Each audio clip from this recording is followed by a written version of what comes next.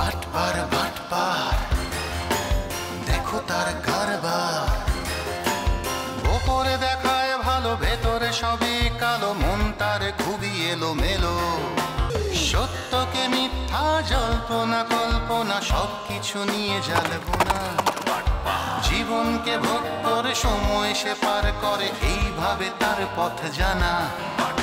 সবাইকে ঠকিয়ে নিজেকে জিতিয়ে রাজা হয়ে যায় সে বারবার বাটপার।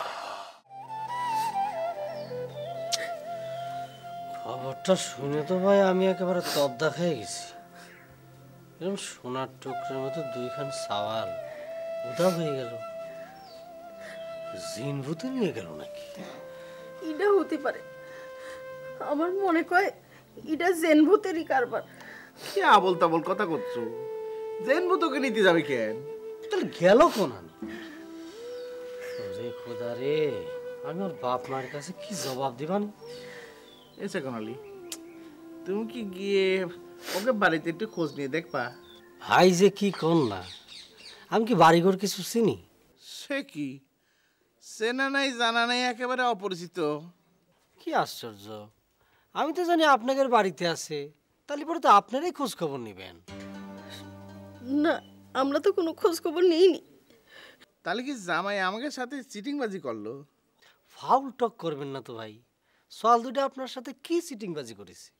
আপনার ঘর থেকে কিছু নিয়ে গেছে? বরং আপনার মায়ের সোনা দানা জামা কাপড় স্যান্ডেল কিনে দিয়ে গিয়েছে। তা ঠিক, সেটা তো সত্য। ভাই, জন্ম মৃত্যু আর বিয়ে হলো আল্লাহর হাতে। ভাইডি, এইসব কথা বাদ দিয়ে তুমি জামাইটাকে খুঁজে বাইর করার চেষ্টা নাও। খোঁজার তো কোনো অসুবিধা নেই, খুঁজবো। খরচপাতির ব্যাপার আছে তো। এটা নিয়ে তুমি চিন্তা করো না দিনে, তুমি সাওয়ালটারে একটু খুঁজে বাইর করার চেষ্টা করো। গেল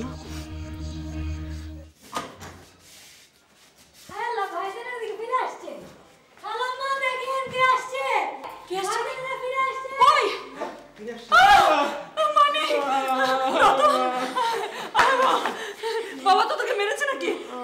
অনেক কষ্ট হয়েছে। এই শোনা, নকশা বাদ দিয়ে দুটোর বহাও, জিজ্ঞেস করো কই থেকে আইলো, কি করছে, কেমনে কি। তুমি কোনো কথা বলবে না, খবরদার কোনো কথা বলবে না। আচ্ছা ঠিক আছে ঠিক আছে। আরে তোমার ভাবি আবার সেন্সলেস হয়ে যাবে, দেখো না কি অবস্থা। না একদম না, তুমি মাথা ঠান্ডা করো। ভাবি সাহেব কাজ করো, ওদেরকে ভিতরে নিয়ে যাও, ফ্রেশ করো। যাও ফ্রেশ হয়ে যাও। বসো তো, জানো কি রকম লাগাইতেছে, হাই বাতাস লাগাইতেছে। আচ্ছা ঠিক আছে, তুমি বসো তো, বসো বসো বসো বসো বসো, মাথা কেমনে ঠান্ডা করবো? আচ্ছা ঠিক হলো তো বসো। কই যায় কি করে? আচ্ছা ঠিক আছে, ছেলে মানুষ।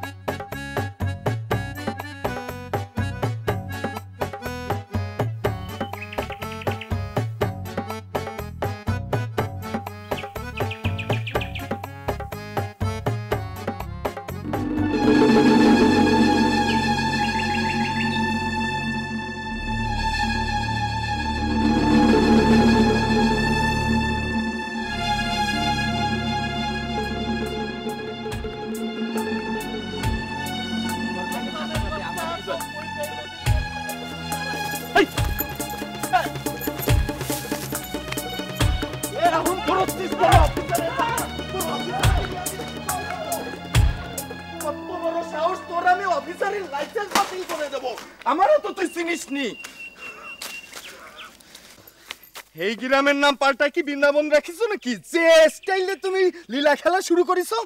শোনো, ওই হাসানের বাচ্চারে যেন এই গ্রামের মধ্যে আর না দেখি। কেন বুঝতেছো না? শোনো, তুমি তো জানো আমার এক বুনাই পুলিশে চাকরি করে, আমি থানা পুলিশের কিন্তু ভয় করি না, যে কোনো সময় আমি যে কোনো কিছু ঘটায় ফেলতে পারি। আর তোমার মতো মাই এই গ্রামে হাজার হাজার অভাব নেই, কিন্তু আমি কলেই যাত্রা পালায় পাট গাওয়ার জন্য জাপায় পড়বে। শোনো, তোমার দুলোবাড়ির মুখের দিকে তাকায় আমি একটু রাজি হয়েছিলাম, কিন্তু এখন যে তোমার ভাব চরিত্র দেখতেছি তাতে আমার কিন্তু আবার নতুন করে ভাবতে হচ্ছে।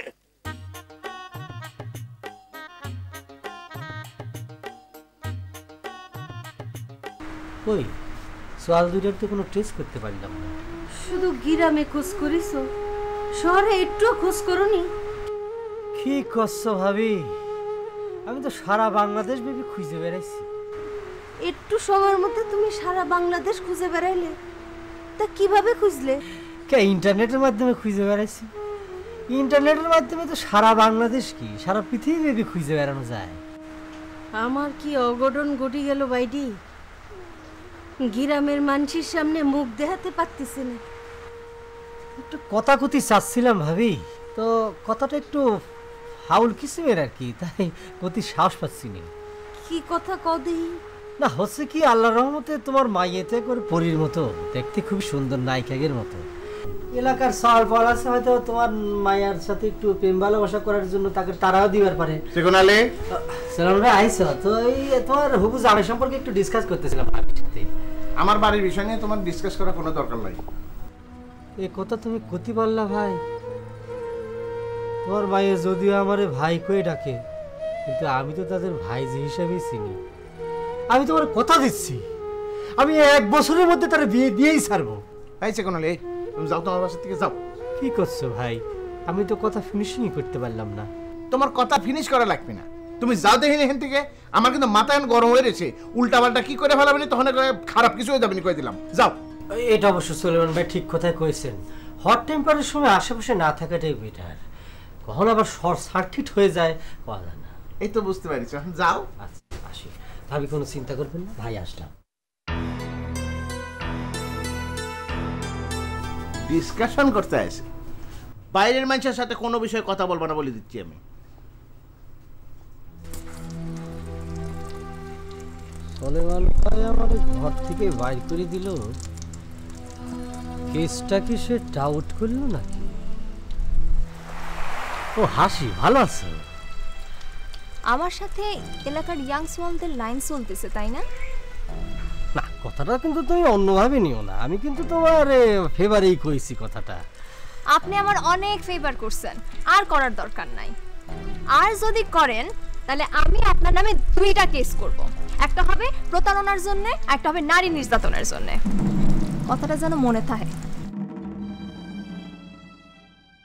এটা আবার অন্য কিছু করে দিলাম, চতুর্দিকে দিয়ে খালি ধরা খাচ্ছি।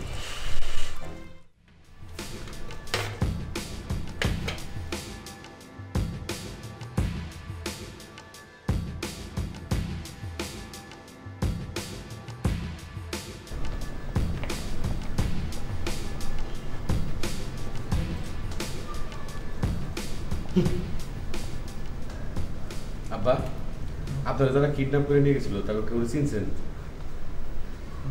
না, আসলে ওরা সবাই মাস্ক পরা ছিল তো, ঠিক লোকেট। এটা কি ধরনের প্রশ্ন করা হলো ছেলে মানুষের মতো? বাবা, তোমরা বলছো যারা তোমাদেরকে নিয়ে গেল তারা দলে 3 জন ছিল, তাই তো? হ্যাঁ মামি, ওই যে যার মুখে মুখোশ পরা ছিল সে বোধহয় লিডার, আর সাথে 2জন চামচা ছিল। ওরা কালো কাপড় পরা ছিল। আচ্ছা, তার মানে একজন লিডার আর বাকি 2 জন চামচা, তাই তো? আচ্ছা বাবা, একটু মনে করে দেখো তো ওদের চেহারার আদলটা কিরকম ছিল, বা ওদের পোশাক আশাক কি ধরনের ছিল? আসলে ওই রাতের অন্ধকারে তেমন কিছু তো আর দেখাও যায় না, আর এরকম একটা সিচুয়েশনে কিছু মনেও তো রাখা সম্ভব না, তাই না? তোমার তো কোনোদিনও কোনো কিছু মনে থাকে না, তুমি দেখতে ইডিয়েট ছিলে। না মামি, ও তো ঠিকই বলেছে, আর আমরা সারাক্ষণ ভয় ভয় ছিলাম তো, যে কারণে কিচ্ছু খেয়াল করতে পারিনি।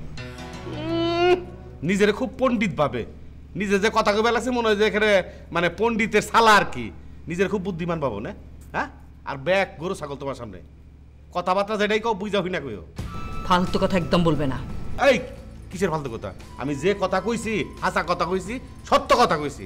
শোনো, অগ যে ছিনতাইকারে ধরে নিয়ে গেছিল তাকে তুমি চিনো, ও চিনে। তাকে দেশে বিদেশি ট্রেনিং করা আছে, ওই লাদেনের মতো।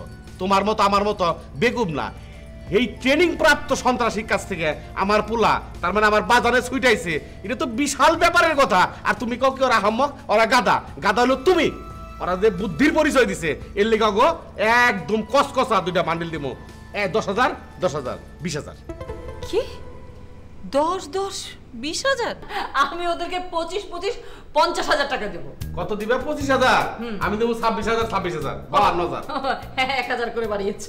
আমি ওদিকে যাব না, আমি দরকার হলে 50-50 1 লক্ষ টাকা দেবো দুজনকে। 1.5 লাখ 3 লাখ 3 লাখ 3 লাখ 3 লাখ যদি দাও আমি 2.5 লাখ 5 লাখ টাকা দেবো ওদের। 5 লাখ দিবে? হ্যাঁ হ্যাঁ 5 লাখ 10 লাখ 10 লাখ 10 লাখ। আচ্ছা তাহলে আমি এক কাজ করি, আমি 10 লক্ষ 20 লক্ষ টাকা দেবো আমি ওদের। 25 লাখ 25 লাখ 50 লাখ। দরকার হলে আমি দুজনকে 1 কোটি টাকা ভাগ করে দেবো, মানে 50-50 করে। আমার বাদানে রে স্থাবর স্থাবর যা সয় সম্পত্তি আছে সব উইল করে দেবো একবারে সিল মেরে। সব সিল করে দেবে না? পারবে তুমি সব সিল করে? সব দেবো। অত বড় কলিজা তোমার নেই, শুধু শুধু কথা বলো না, বুঝছো? তোমার মত ডাইনকিনা মাছের কলিজা আমার না, আমার হলো রুই মাছের কলিজা। কেন ফালতু কথা? আমার পুলারে আমার না না আমার বাদানে সয় সম্পত্তি সব দিয়ে দেবো। তোমারে এক কানা করিও দেবো না, আমার বাদানের নামে লিখে দেবো। শোনো, আমার কলমের জোর আছে, তোমার টাকা আমার কলমের ওজন নাই, তোমার মনের জোর নাই, সব তো হারিয়ে লাইছো তুমি। আমি দেবো, আমার বাদানে আমি দেবো, তোমার কি?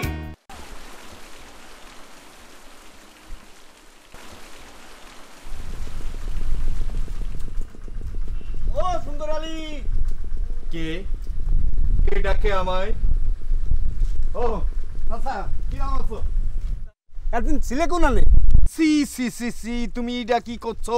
এই গ্রামের আবাল বৃদ্ধ বনিতা দুগ্ধ পোষ্য শিশু সবাই জানে যে আমি হায়ারে পাট গাতি গেলাম যাত্রা পালায়, আর তুমি জানো না? তা তুমি তো যাত্রার গান গাতে গিয়েছিলে। এদিকে যে গ্রামে একটা দুর্ঘটনা ঘটে গেছে, জানো?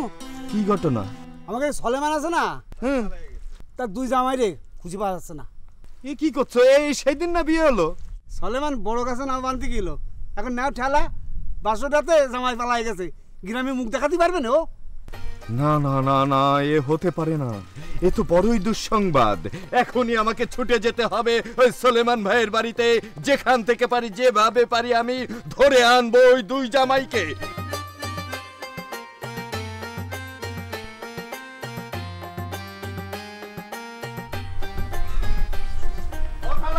এদিকে 2টো অপরিচিত লোক দেখছো? দেখোনি?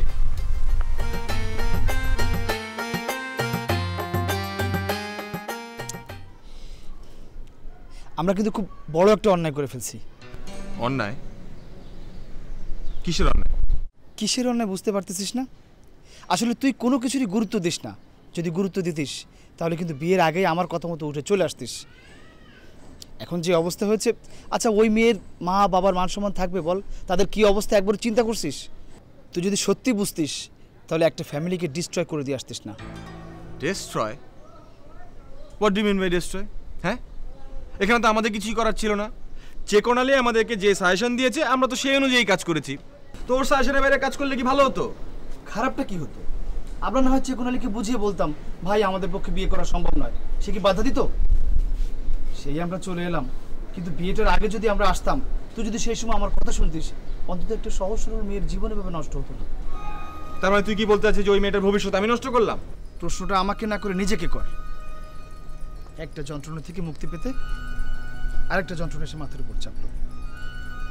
এটাই সত্যি এবং কঠিন সত্যি। এখন এই যন্ত্রণা তোমাকে আমাকে দুজনকে বয়ে নিয়ে বেড়াতে হবে। এতই যখন তুই ভালো বুঝিস তাহলে বল আমাদের এখন কি করা উচিত? আমাদের এখন উচিত ওই গ্রামে ফিরে গিয়ে হাসি এবং তার মা বাবার কাছে ক্ষমা চাওয়া এবং এবং এবং তোর হাসিকে স্ত্রীর মর্যাদা দেওয়া।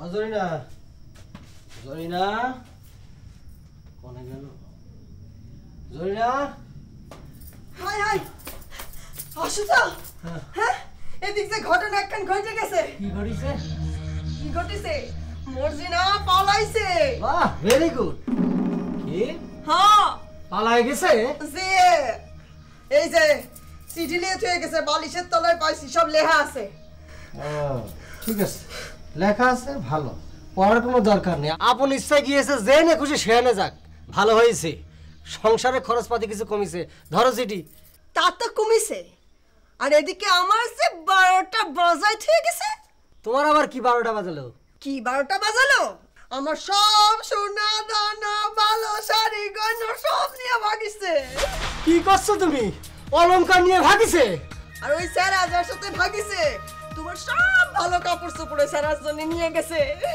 ওরে খোদা রে তুমি এগুলি কি করছো তুমি শুধু তাই না তুমি যে 20,000 টাকা রাখিছো সেটাও নিয়ে ভাগিছে আমার টাকা নিয়ে ভাগিছে রাহো তোমার টাকা আমার বোন ভাগিছে তার জন্য কোনো শোক আপনি উনি টাকা নিয়ে ব্যস্ত হয়ে পড়েছে তোমার বোন জাহান্নামে যাক তা আমার দেখার বিষয় না এরকম বিয়ে করলে 10টা শালি পাওয়া যাবে না কিন্তু আমার অলংকার টাকা কোনে বাবা আমার লাভের পুরকি পাই কালো রে ওরে খোদা তুকা আমি যাচ্ছি খুঁজতে তুমিও খোঁজো যদি পাওয়া যায় সব তুমি গিয়ে খোঁজো না তোমার বোনের অনেক বেটি শালি ও কলে তো আমি সোলা দিয়ে পিটাবো শালার বেটা কেমন আরে ভাগিছিস তো ভাগিছিস নিজে কামাই করে তোর বউরে দে আমার অলংকার আর টাকা নিয়ে গেলি এত কষ্ট করে কামাই করি